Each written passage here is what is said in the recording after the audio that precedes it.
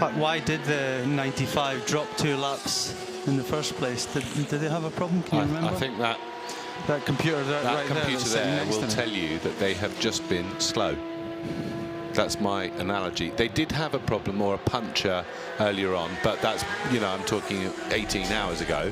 But generally, as a rule of thumb, I think the 97 car has just been quicker. The 95 never really has figured. The 71 Ferrari has figured in the lead battle at points, but that's now 4 laps off the lead. Well, he obviously had his, what did they have to change the front damper or something, wasn't it, on the Sam Bird car? So they had an actual problem. I'm not conscious of ever seeing the 95 car have a big issue. I think they've just not been, the 97 and the 51 have just been the class of the field, and they've been quick. A minute, just over a minute between Harry Tincknell and Daniel Serra at the moment. Yeah. Talking of quick, look at the gap between the 2 Rebellions. 17 seconds now. That was 20 just 2 laps ago.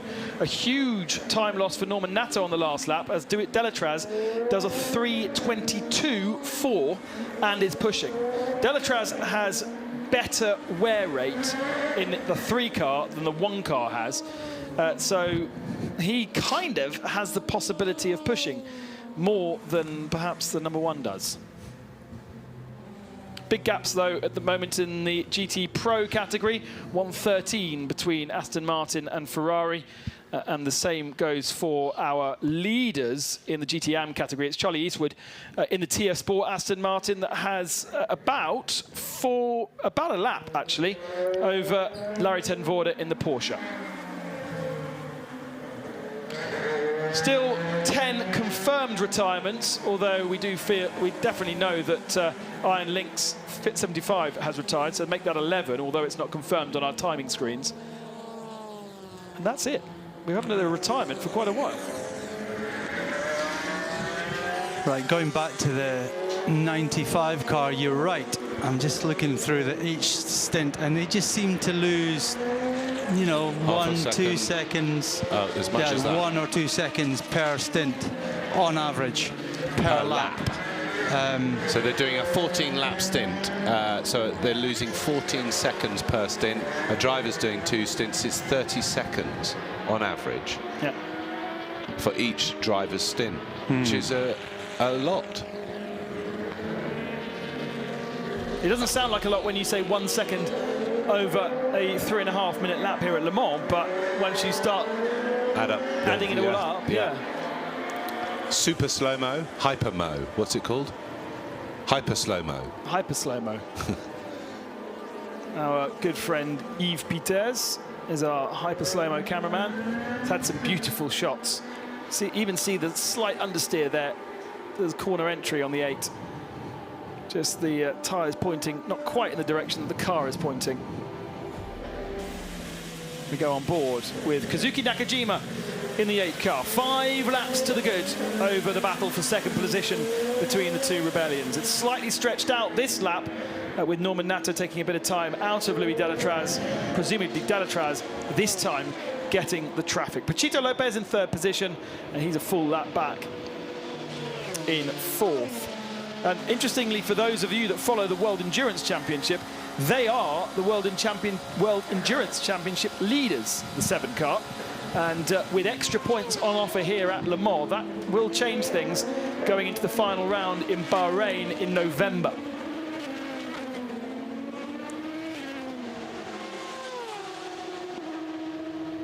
There's only 1 round left, isn't there? There is only 1 round left, yeah. With so many cancellations and movement, we would have usually been going to Kyalami in December. I think that was the original plan, which would have been mid-season of a super season that crossed 2 years, but we've now got into 1 calendar year due to the pandemic. Am I right in saying a 1st and a 3rd for Aston Martin Racing gives them the championship? I think it does. The team's championship, anyway. That's one for Graham Goodwin. Girls and guys at in the media centre. I'm pretty sure that will give Aston, because it's double points here, obviously, at Le Mans. So not your standard 25 points for a race win. You get 50 points. and you would get 30 points, so it would be some 80 points if it stays as it is for Aston Martin. I'm pretty sure that will give them the championship, and also it will give the 97 crew a very good lead in the Drivers' Championship. Well, it's actually Marco Sorensen Nicky team that lead the Drivers' Championship by 19 points over Porsche. But they're going to... So Porsche are well down. Well, but where's the 97 crew? And the 97 crew sitting in 4th position with Alex Lim and Maxime Martin. They're going to take the lead. So it will close up the drivers, but in terms of the manufacturers... No, but this car will take the lead. Yeah. In the Drivers' Championship. So they don't win it here. But they might well win the GT Manufacturer Championship. Yes. There is 1.5 points in Bahrain, nowhere. though, because Bahrain is an 8-hour race rather than a 6-hour race, so it's not single points. Point and a half. Yeah, it's points and a half, right. yeah. But Fiona's typing away, so she'll be able to confirm what we're speculating. Phil, send us a grid of all the different permutations. We should really leave this to the WEC regulars. They know far more than us. They've already got it in their heads. No, we've got it covered. We're pretty much... We're working it out as we're going along here. Fantastic slow-mos of the Ferrari. Currently P2. There's the leader, a dirty Aston Martin now. Plenty of oil, rubber, flies. And some people I know who have got collector's items, Aston Martins, Ferraris or whatever. One of them in particular, the Rothko collection. It's called the Dirty Girl. It was the DBR 9 in Gulf colours that won the race in GT1. And still sits in the collection there as it finished Le Mans. Does it have the spray to protect the dirt so you can't clean it off? I've no idea. I do know that... but it's filthy dirty. The works manufacturers can actually coat the car so you can't polish it off. Yeah. Here's Paul di Resta. All engine temps getting quite low. Let's try it. Get as much clean air not in at all as possible. Uh-oh. Engine temperature concerns at United Autosports. He didn't sound too flustered, the engineer, but just keep it in clean air as much as possible, Paul. Didn't look like he was in much dirtier, to be honest. No, exactly. Anthony Davidson 2 minutes back behind in the battle of the Sky TV presenters. I'm surprised Sky haven't latched onto that. I've been checking Twitter to see if they've got the hashtag, but the guy who does the social media there, I'm not sure he's quite as switched on to other things as the previous one was. They should be loving it. A friend of mine said Simon Lazenby hasn't raced in a car. I'm not sure that's a good idea. Yeah, but he's not an ex-racing driver, is he? No, he's no, definitely not. I was only referring to all the ex-racing drivers. So Damon, Johnny, Alec, Martin, sorry, yeah, Jensen, Anthony, obviously, and Paul di Resta, all ex-drivers at Le Mans. And Karun. And Karun. And Karun. I'm sure there's another one, is there? I can't remember. They've got so many people in F1 now, it's unbelievable. SRA Smoking Puppet has speculated that Aston Martin would be on 299 points to Porsche's 224 if it stayed like this. 75-point gap, therefore, with only 56 available, so Aston Martin would take the championship. Yeah, so as I thought. So Aston will win the championship if it stays like this. And I think the Harry Ticknell car, the 97 car, will take the lead in the Drivers' Championship just over the Dane Train car. Leaving quite a funky battle. And that leaves a really good race for those two cars in Bahrain. Graham's obviously going to come on and tell me I'm wrong.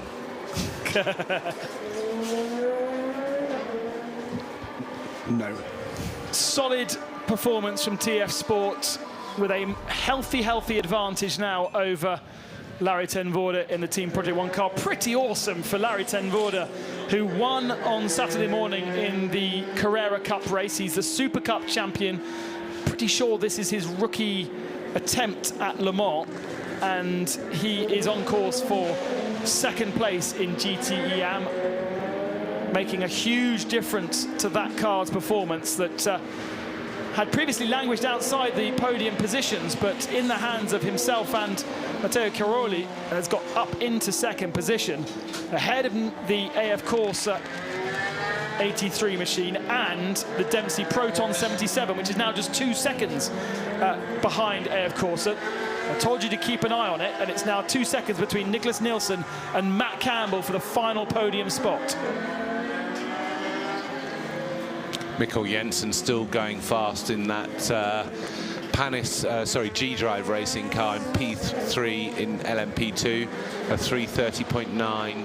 He's been mighty quick over this race every time he's got in the car, and but the gap is still 1:30 to the second place Anthony Davidson Jota car.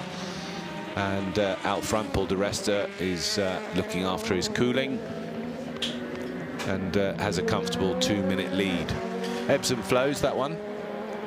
Pretty good race weekend for British teams. United Autosports, American officially, but based out of the UK. Jota, very much UK.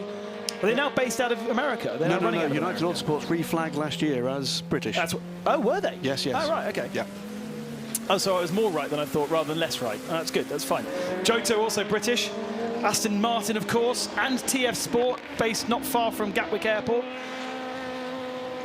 And that is pretty awesome to have all those at the head of their fields. No opportunities for Brits to be represented in LMP1, but for the rest, flying the flag.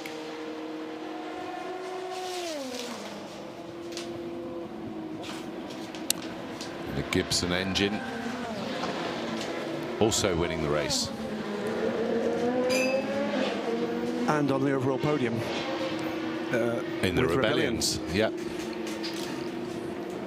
Gibson is a company that I know well, but not as Gibson. Of course, I used to run with the Zytec, which I think has morphed into Gibson, hasn't it? Part of the company. So the company was split some time ago. Continental took on, I think, the hybrid development part of the business, and Gibson now with the engine side that was previously Zytec. So Yeah. people will know them from the LMP1 cars, LMP2 cars. Yeah. Earlier in this century, and of course the screamers that Renault won GP as well for a while. Yes, that's right. We moved away from the Zytec and we went to the Judd, which was also another fantastic, but a V10 engine with a glorious sound in its 4-litre iteration. I actually drove it with its 5-litre iteration. It was a fantastic engine, actually. Here is the Alpine that took victory the last couple of years. It is probably unable to get itself onto the podium after issues in practice. We saw Thomas Laurent, I think it was, loop that car as well in the Porsche curves. Very lucky, actually, to still be running from that accident. Didn't hit anything despite a high-speed spin. And has had pressure from Cool Racing, is putting pressure on Panis Racing ahead, but ultimately the gaps are too large at this stage for really anything to change. United Autosports have a 2-minute lead now over Jota, and it's 1.5 minutes then to G-Drive in third position with Mikkel Jensen, Roman Rusinov and Jean-Eric Verne representing that team. They have a full lap ahead of Panis Racing. They were once fighting with, but some fantastic stints, mainly from Jean-Eric Verne, actually. That's who really made the gap there in the early part of this morning. Here is Nico Lapierre, previously never beaten in LMP2 with his partnership with Signatech, but having moved to his own team, Cool Racing, and different teammates for this year. A good effort, but they are in 8th position, having just done a brake change. Into the pits for Louis Delatraz. The gap was as small as 17 seconds. It went out to 23 seconds, and now in pit lane. He will be pitting first, and then Norman Nato in the #1 car 1 lap later. Let's see. He had clutch issues last time. Will he be able to get away cleanly this time? Cost him 20 seconds and cost him 2nd position. As Menezes, that's a replay of Louis Delatraz going across the chicane lap before. He is sitting there, not moving again. very, very slowly. Come on. So in America, you're allowed to push the car off, aren't you? But you're not allowed to do it here. What's the technique of getting this going if he's got a clutch issue? Well, that. Don't use the clutch. You go off the starter motor. Okay. We did it in 2012 with the Honda HPD, and we ran something like 10 hours starting the car from the pit stop off the starter motor. We were enjoying and watching Gustavo Menezes put Romain Dumas under pressure. It didn't look like it was worth anything at the time, but now he's in second position and he's chatting with Haley Edmonds in the pits. That's correct. So I'm joined here by him. Now, about 3.5 hours ago, you lost some time because you had a few problems with the bodywork and the repairing. Can you tell us exactly what the issue was? Yeah, obviously, nurturing the car for the last 14 hours, just making sure that the first goal is to be at the finish line without too much time loss. Unfortunately, we had a little bit of bodywork dislodged on the front end of the car. It wasn't affecting the performance at the time, but we just, for safety measures, it wasn't worth potentially losing the front bonnet or the front nose on the wrong side of the circuit. So we stopped, but when we did stop, the screws were jammed, so it actually stripped them, and we had to basically put new screws in to get the new nose in. So we lost unfortunate time in the garage. During my 5 stints, I was able to bring us back into B2. So obviously the hunt's still on, but Toyota's sailing pretty high up front. So we're going to need a little bit of magic to make it up there.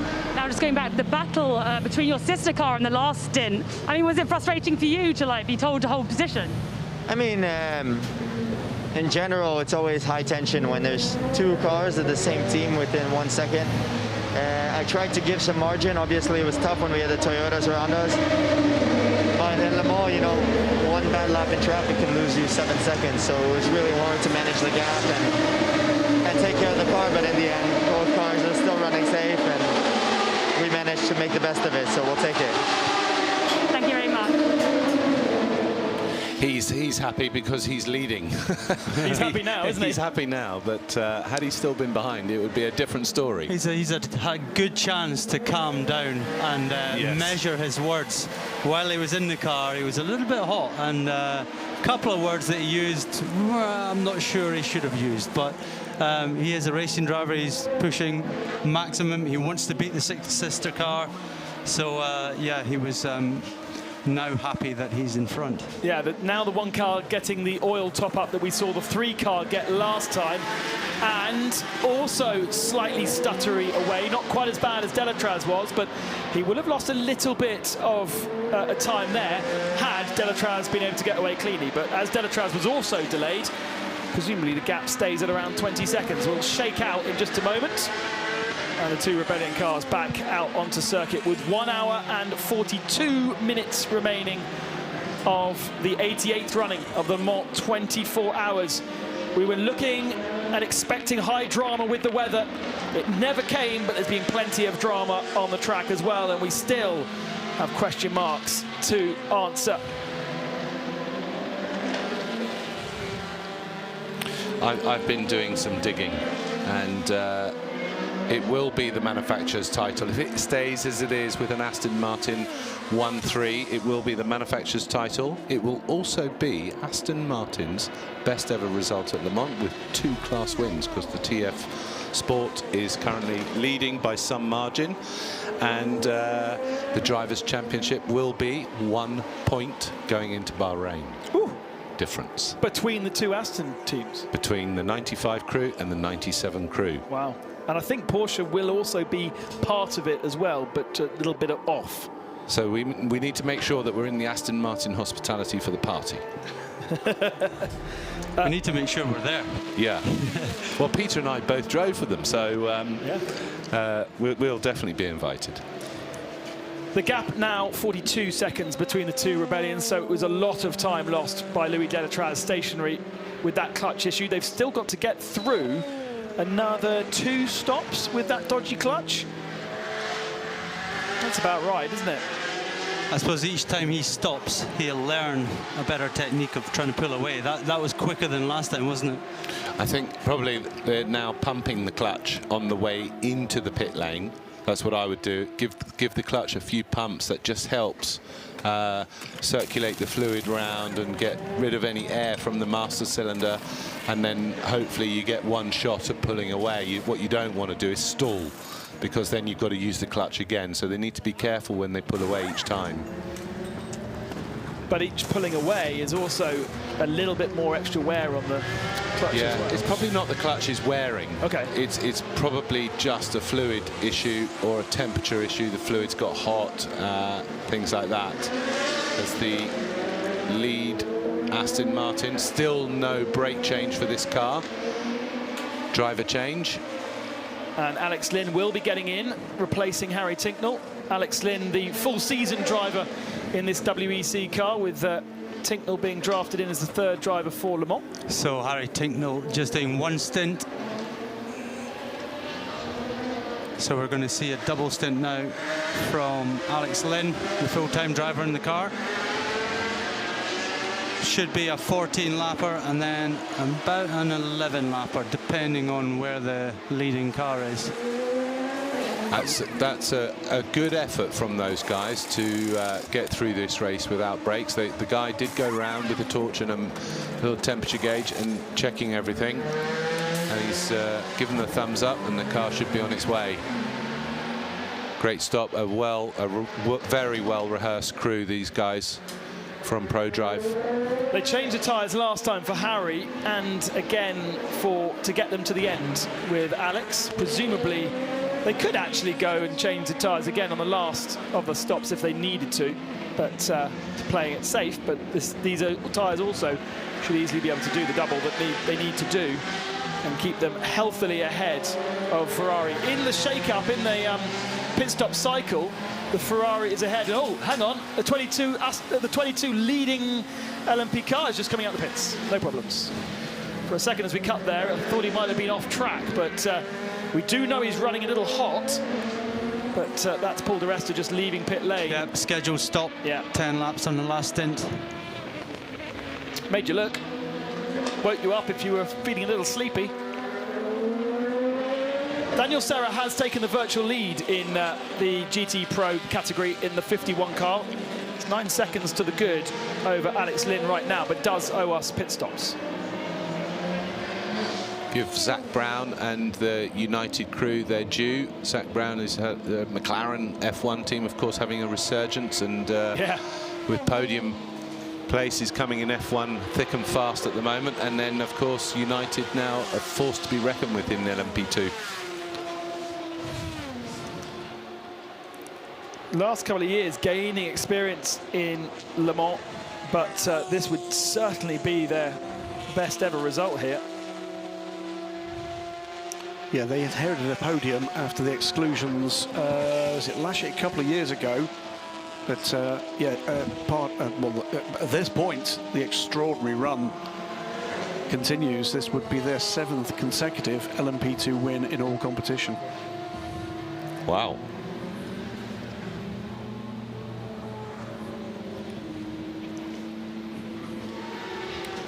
Charlie Eastwood in pit lane in the TF Sport Aston Martin as well. Quite sure whether they'll hand that car over to Charlie Hollings or whether Eastwood will stay aboard. No, Ross Gunn. Sorry, Ross Gunn. TF Sport? No. Charlie and... Red River Sport. That's Red River, is Charlie Hollings. Sorry. Ross Gunn is Charlie Eastwood's teammate. So, and Jolik was in the car prior to Eastwood, so... no, Johnny Adam is. Sorry, Johnny Adam, well done. Got there eventually. Johnny Adam will be his 2nd class win. We better stop talking about winning, because there's still an hour and a half to go. We might curse it for them. At least we're out the box in 5 minutes. Curse and run. Curse and run.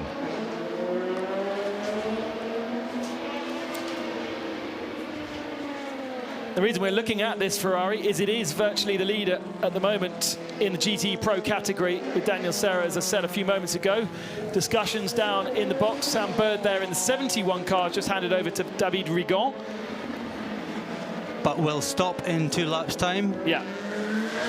And that's where the offset is, which will put Aston Martin back healthily into the lead. So they both, after the stop for the Ferrari, they'll both have 1 stop left. Peter's looking Correct, at it. yes. Yeah. But the Ferrari stop can be a little bit shorter because it's stopping later. Yes. But nowhere near enough to really win a position such as the gap between the 2 cars.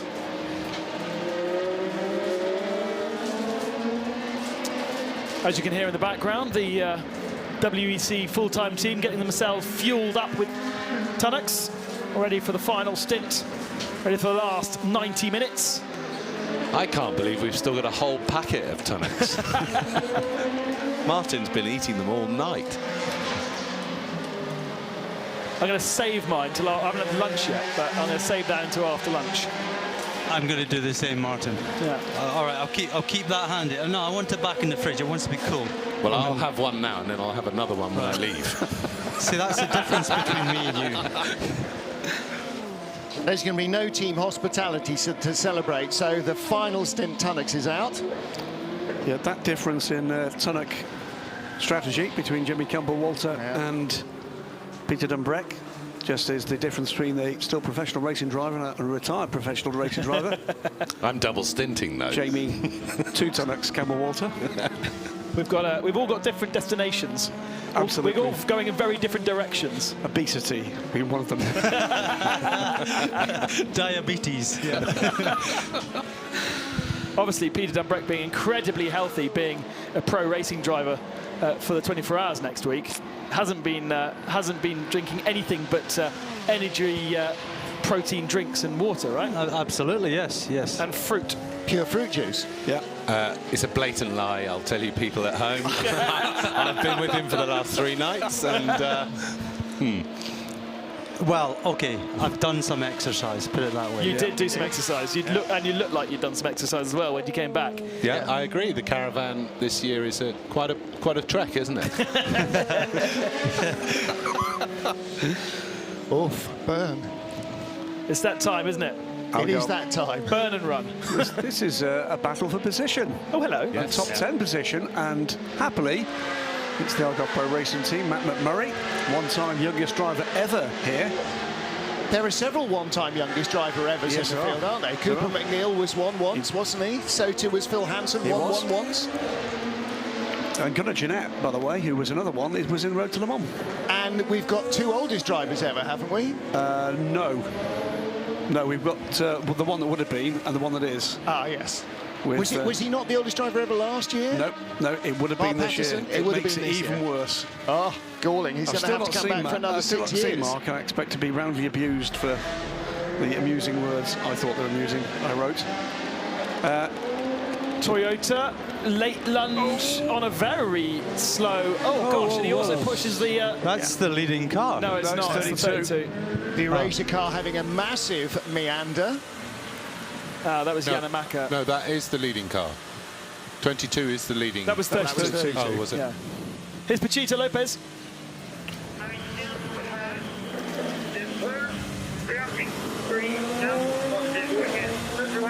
Yeah, I think you got one. Yeah, I think they can live without The worst something of the weekend. Worst traffic lap of the weekend. Oh, Yeah. well. Well, there are 48 cars still running, 47 cars still running, maybe 46, maybe 45. Considering the attrition that we saw, there's been a lot of niggling things that have been fixed from cars, and we actually, for a good few hours now, we haven't had a retirement. You said that right 90 out loud. minutes. Right out There loud. we go. You said it out loud. 91 minutes and 1 second before the end of the race. That Curse was Ben and run. Constantiouris, ladies and gentlemen. Curse and run. Thank you very much. Good evening and good night, Mike Drop. If you enjoyed it, my name's Martin Haven. If you didn't, it's Ben Constantiouris. Absolutely. He's dropping the mic and moonwalking out of here. Boom. Oh, dear. So what's up for grabs here, gentlemen, in the last 90 minutes of this extraordinary 2020 Well, what 24 is Hours of Le Mans?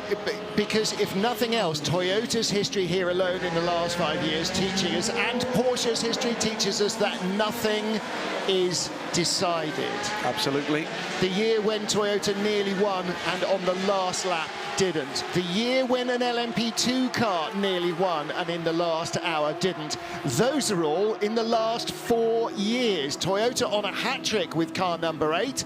Halfway through this race, exactly halfway through this race, there was no way that number 7 was not going to win.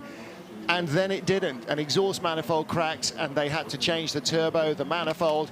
And half an hour later, it rejoined the race with a deficit that it has never recovered from. Floor damage has stopped its charge. And at the moment, it seems as though the most all-conquering car in the field won't get 2 cars on the podium. But 90 minutes is still a long way to go. Ask any Grand Prix driver. By the way, in drivers that you want to hear on the radio at Le Mans, can somebody please hire Kimi? I just want, middle of the night, Kimi Räikkönen, leave me alone, I know what I'm doing style radio messages. Just for that alone. He might be as reticent as Giancarlo Fisichella out of the car, but just for the radio messages, I'm sure we could pay a salary on fans putting in €1 each for those. And in case you were thinking that the last-minute dramas at Le Mans in recent years have just gone the way for the overall, remember the epic duel to the finish between Corvette and Aston Martin. Still could happen here. Yeah, still could happen here. Happen in both classes. But no Corvettes, obviously, but Aston Martin leading in both GTE categories and not by much. In GTE Pro, Daniel Serra is 9 seconds ahead at the moment in the of course, a Ferrari of Alexander Lynn. That's the battle for supremacy there.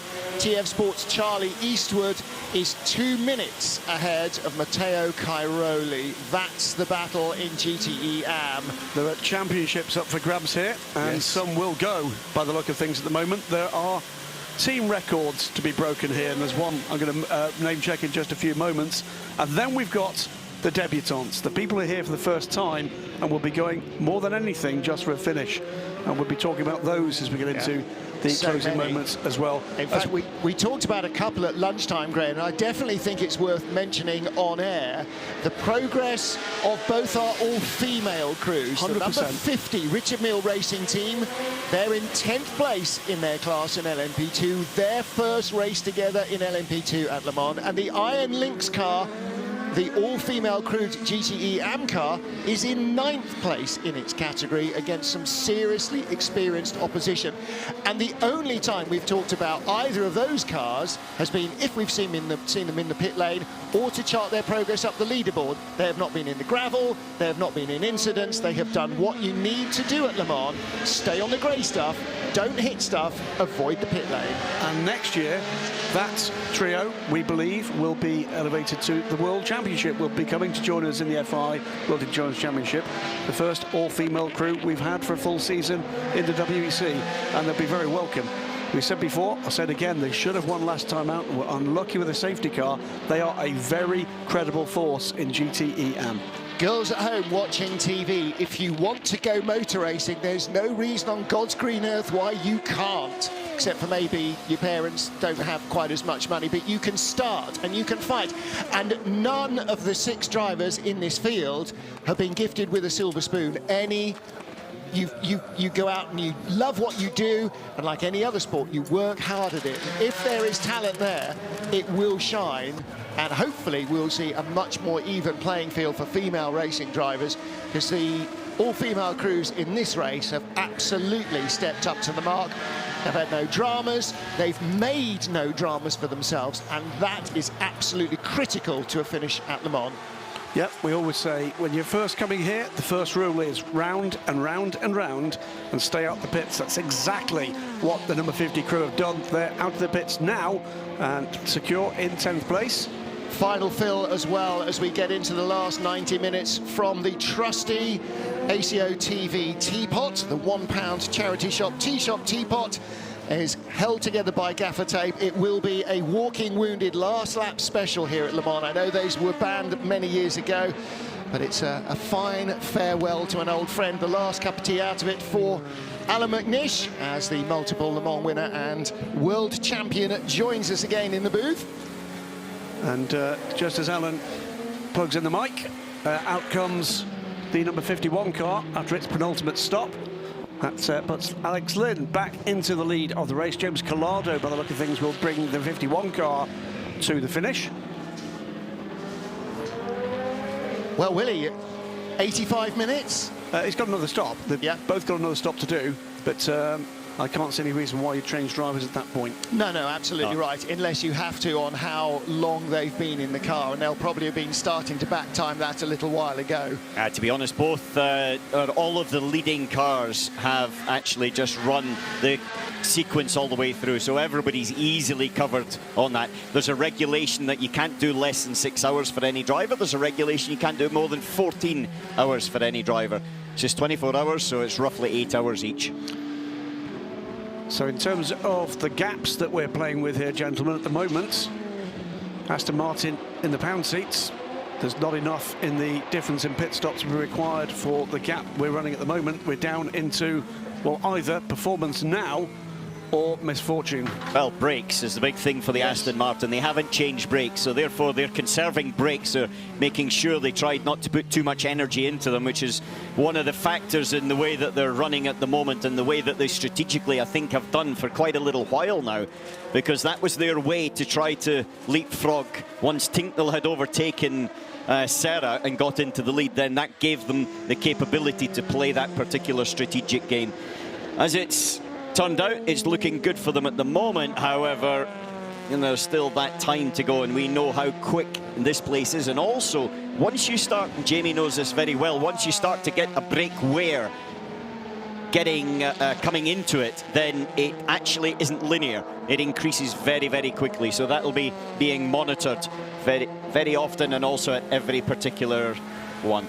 Now, we're on board with the 91. Let's have a listen to Fred McAvecchi.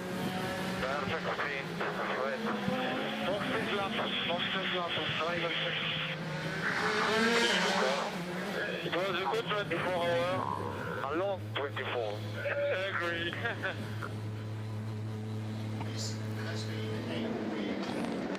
This has been a really tough 24 hours for the Porsche GT factory team.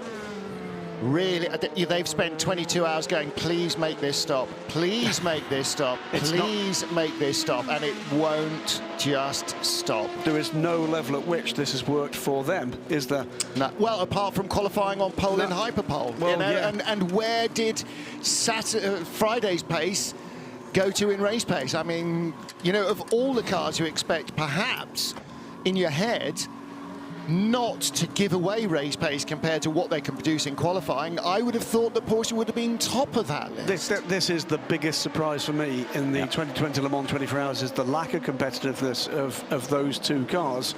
Alan's got another task ahead. I'm going to ask in just a moment, Alan, if you can have a quick look at the back box of tricks and let us know where we are with fuel stops for the GT-AM leading cars, because that, at the moment, is pretty fluid.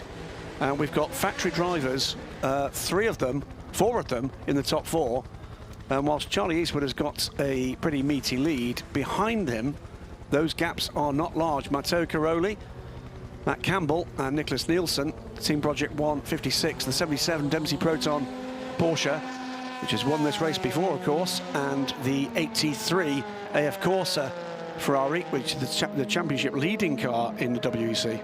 Yeah, they're all pretty much on the same strategy. It's within 1 lap or 2 laps that you'll have a fuel difference, so probably 2 or 3 seconds maximum at any pit stop. Well, in which case we'll talk then about the gaps, because they are, well, Matteo Caroli has 9 seconds on Matt Campbell. Well, Matt Campbell's got to get going then. Yes, indeed, and 19 seconds behind Matt Campbell, with 1 hour and 21 minutes to go, is Nicholas Nielsen. First year, of course, as a Ferrari factory driver, and he's going to want to show that he can fight for this.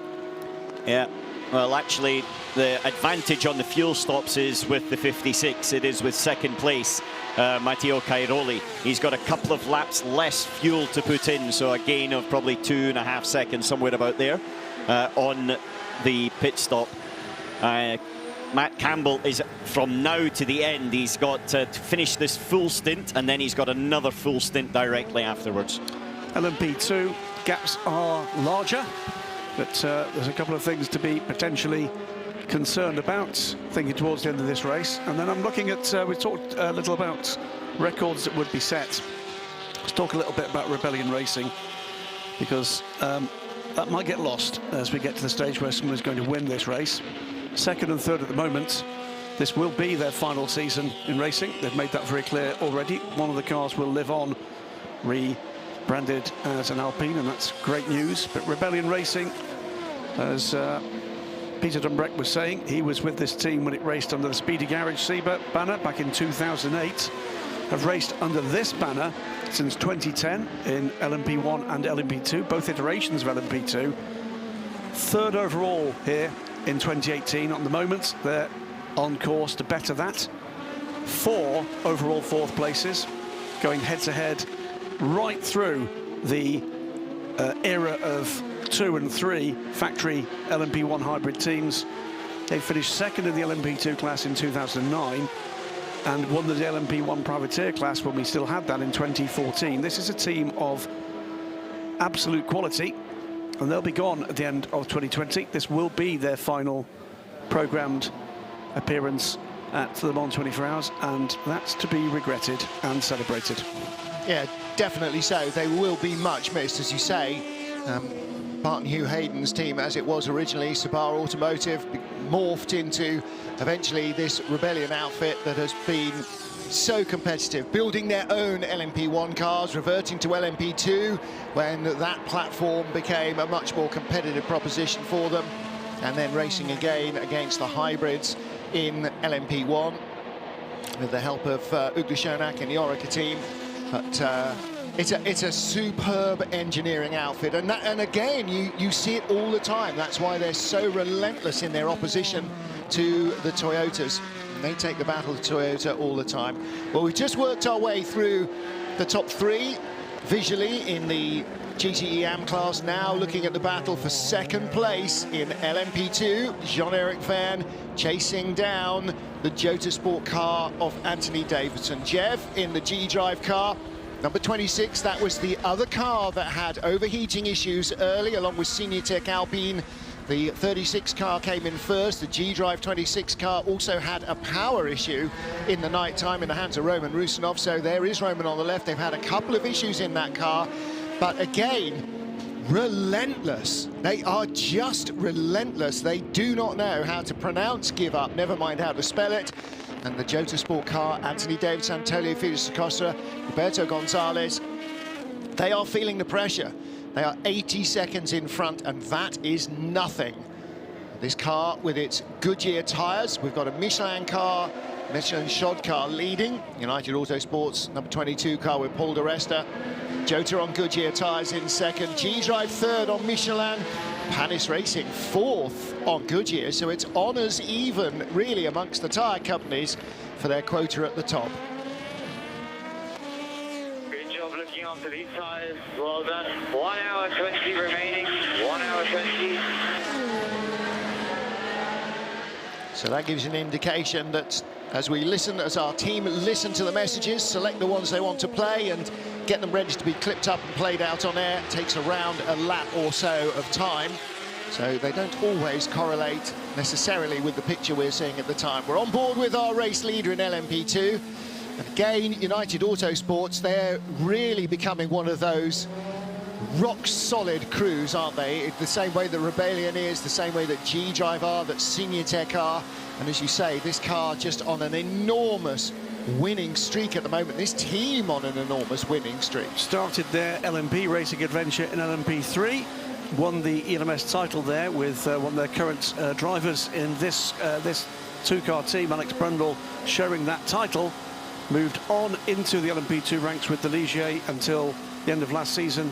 Then the Orica, and well, troubled start to that little adventure for them, but they found their footing, and as I said a little earlier in the programme, this will be, if they bring this to the end, the 7th consecutive LMP2 race win, 3 in the ELMS, first of them for the 32 car, then 2 on the bounds for the 22, and this, well, looking more and more likely to be the 4th consecutive win for this 22 crew. Absolutely amazing record. Yep. And in this class, where there is a degree of spec about the specification of the cars, ever tougher to actually shine like that.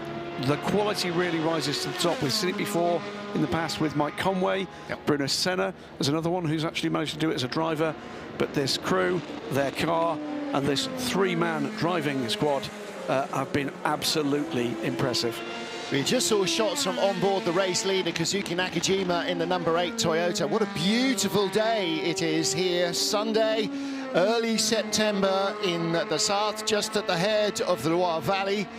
And the world's most spectacular and difficult endurance motor race, fast approaching its conclusion. Toyota number 8 leads, waiting to snatch victory from the jaws of defeat. Rebellion Racing, Carnivore, Norman Nata at the wheel in second place. Louis Delatraz, the rookie, the Le Mans virtual winner. One of two in the field, of course, because Nick Tandy, whose car retired earlier on during the night time, he was a winner in the GT category in virtual Le Mans. Louis Delatraz with Williams eSport was an overall part of their winning team. So Louis Delatraz, winner at Le Mans in June in the virtual world, and going to be on the podium at Le Mans in September. Now, the number of people who've been on the podium in Le Mans in September, you can count on the fingers of one hand, because back in 1968, only the winners went onto the podium at the old building, and that was just 2 men. There you go, the fingers of one hand.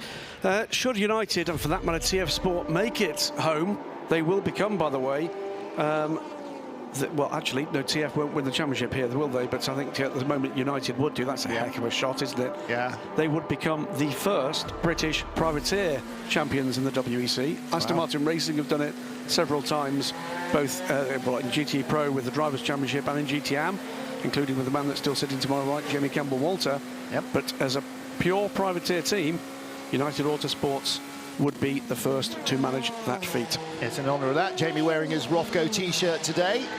Third place in the GTE Pro class, AMR's number 95 Vantage. That is Marco Sorensen doing the lifting at the moment for the Dane train. Closing in on the car that was on pole in GTE AM, the Lusic Racing Ferrari, which is currently back up to 8th place in the AM category after tumbling down the order early on and then having further troubles during the darkness hours. But Aston Martin at the moment looking at 2 places on the podium. Brake issues for the lead car notwithstanding, with Ferrari in between them. And for AMR, for the Drivers' Championship title, for the team's title, if nothing else changes, the maths looks exceedingly good indeed, as Mr. Kipling would say. And here is, well, not the fly in the ointment, but maybe the meat in the sandwich. Not quite Bologna, that would have to be a Lamborghini. I'm not sure what the local meat is in Modena, but the Ferrari in the middle of the sandwich. James Collado in the 51, of course, a Ferrari. At one stage, Aston Martin were running 1-2 early in the afternoon on Saturday. Then Ferrari took over the cudgels as the temperature started to drop a little. They were running 1-2, and Aston Martin's star waned a little, but through the night, it became a one hand on each other's throat, knock-down, drag-out fight. And at the moment, the 97 car has a little over a third of the lap in hand over the 51. James Collado chasing compatriot Alex Lynn. Both of them Formula E drivers as well, so lots of experience racing against each other in all sorts of different cars, Alan. And a GT AM off at Dunlop chicane, which is the left-hander where we've seen a lot of spins. I think it's a GTE car. Oh, there it is. Yep. It is. It's the Project One car, the other Project One car. The 89 car, that is Andreas Lascaratos. Let's look at the... Yeah. Well, that's where Tom Preining was heaved off early in the race. Lap 1, lap 2, was it? Gently, gently, gently. Stay on the grey stuff, son. That's what it's there for. Oh, dear. Don't stop. Keep going, closer to the barrier. Sacrifice that right-hand side door mirror. Oh, just think how hot and sweaty he is now inside the cockpit and burning with embarrassment at having put the car off the road. whether he was caught out by somebody diving through on him or whether it was just fatigue playing its part either in the components or on the nut loose behind the steering wheel. Well, I was going to say that was the one thing that actually could swing Ferrari right back into this battle, apart from if 97 has to change the brakes, if they get into a safety car. Because if 3 safety cars come out and they're still in the same one, then it'll pull all of that group together, and it'll take away that 1 minute gap. And that 1 minute gap isn't enough between 2 different safety cars. So therefore, that's still the one area of risk, I would say. That it's something you can't really control, as the 89 is now coming back. He's had damage to the right-hand side there as well, though that's been a hit, I think, that's knocked him into there. Because, sorry, left-hand side, because he's then came into the gravel. Right front appeared to be down and wobbling around. I wonder if he's had a right front suspension failure or whether the tyre or the wheel is loose. Either way, it's a long way back to the pits for Andreas Lascaratos. But the good news is the Team Project One car is rolling, and from there, anything is still possible. An hour and 9 minutes to go. September the 20th, 2020, and the final couple of rolls of the dice here for everybody in the Le Mans 24 hours.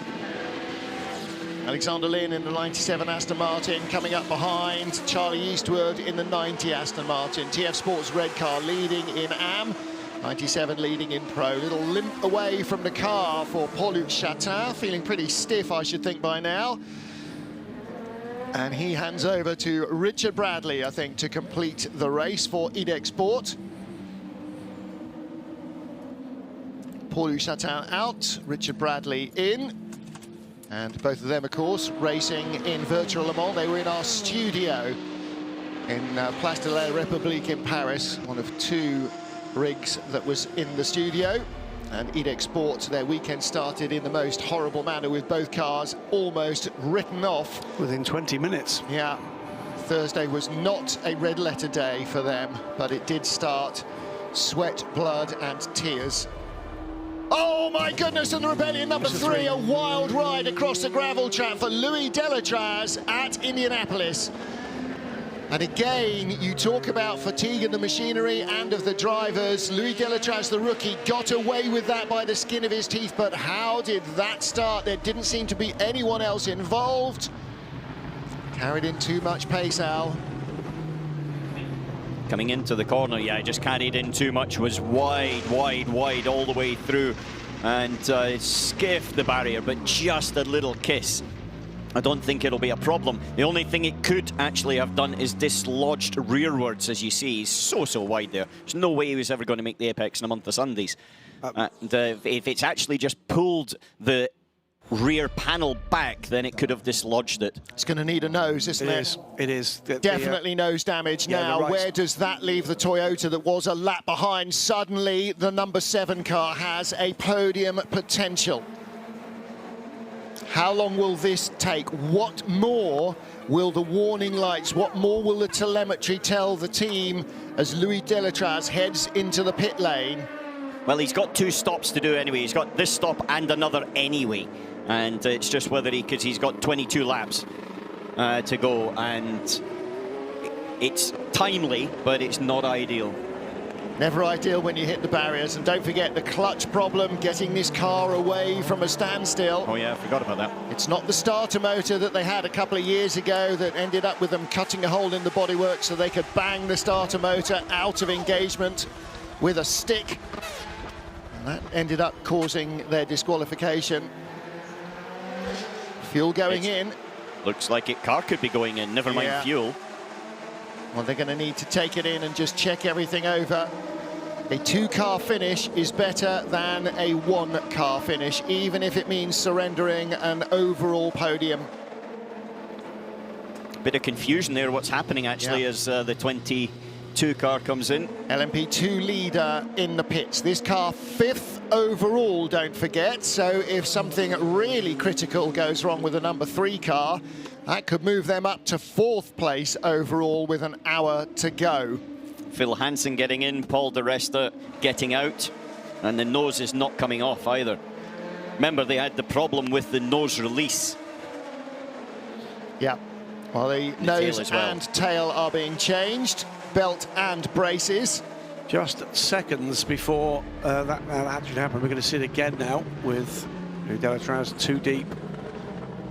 Just thinking of other things, Alan, it's very easy when you're in the rhythm for your fatigued mind to wander a fraction, thinking about when, I mean, maybe he's already had a conversation on the radio, maybe they were due to come in this lap, maybe they called him in, maybe they were chatting to him beforehand, and he's thinking about something.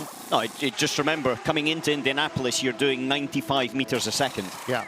And so in a tenth of a second, you're doing 9 meters, give or take. And the circuit's about 10 meters wide. Yep. It's a split second of a difference between making it into the apex and not. And they've got the problem with trying to restart as well. Oh dear, this is hurting. It's not catching, the engine is cranking over. Yeah, the Toyota, just for information, is in the second sector. It is coming down towards the second chicane, so it's half a lap. That is the difference between this Rebellion number 3 and the Toyota. And the Rebellion 3 is going into the box. Rear wheels are spinning, that'll be a penalty. It's got to switch the engine off. That will be a penalty for them as well. They've got to stop that. It is all going wrong for Rebellion. I think that'll be a drive-through penalty as well. Here comes the sister car, the number 1.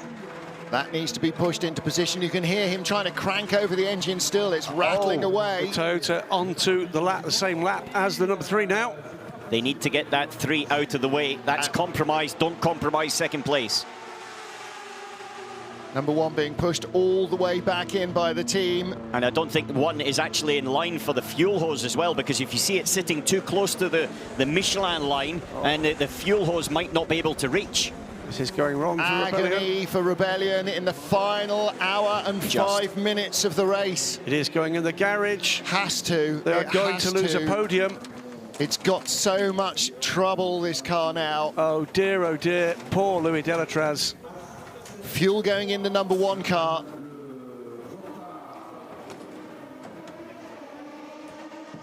But now when the car goes off, you immediately think, oh, the driver's made a mistake, but it's not necessarily so. Don't forget, he's had clutch problems. Did the car leave him with a box full of neutrals? Away goes the 1. That took perilously long, didn't it? Norman Nato at the wheel of number 1. That's job 1. Get the leading car out and running. But that was a problem they didn't need. It's compromising both cars, you know, in this situation, because you can see how easily a problem can be introduced, and you've got to be in a position to try to separate your 2 cars out of it. Through comes the number 7 car. And trouble for the Project 1 car. It's still going very slowly. Now he should be a lot more off the track than that. Andres Las Carreras going very, very slowly. What a Toyota saying to Jose Maria Lopez. He is now up to 3rd overall.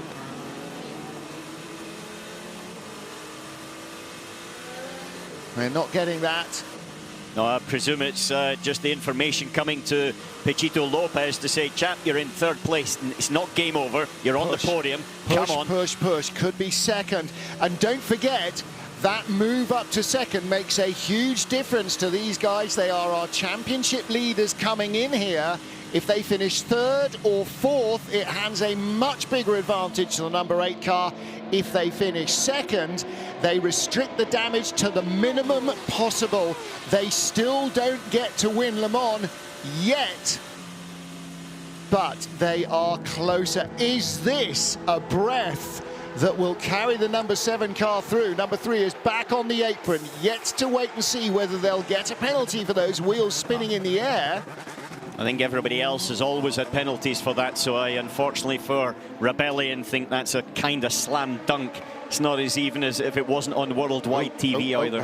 What's going on at number 8? Clearing out the gubbins ducts again. out of the ducts. That's been something that's plagued this effort all day. This car had brake problems, didn't it? Brake overheating, and that's what dropped it out of contention. Yeah, but they're 5 laps ahead. They can take a lot of time here. They can put it into the garage and actually bring it back out if need be.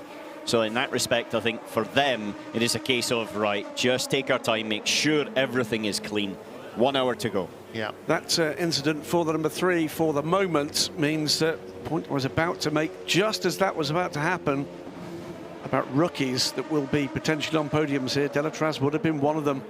Bruno Senna, a hand on the shoulder for the mechanics. It's not easy, this game, is it? Win, lose or draw. As I said before, 59 cars started, 55 will be broken-hearted at the end of this. But which 4 cars get to win Le Mans 2020? I take it Ant Davidson is due down pit lane soon, Alan, because at the moment he is 3 seconds behind the number 22 car. Yes, Anthony Davidson is due in basically one more lap. So this is his in lap. Yeah.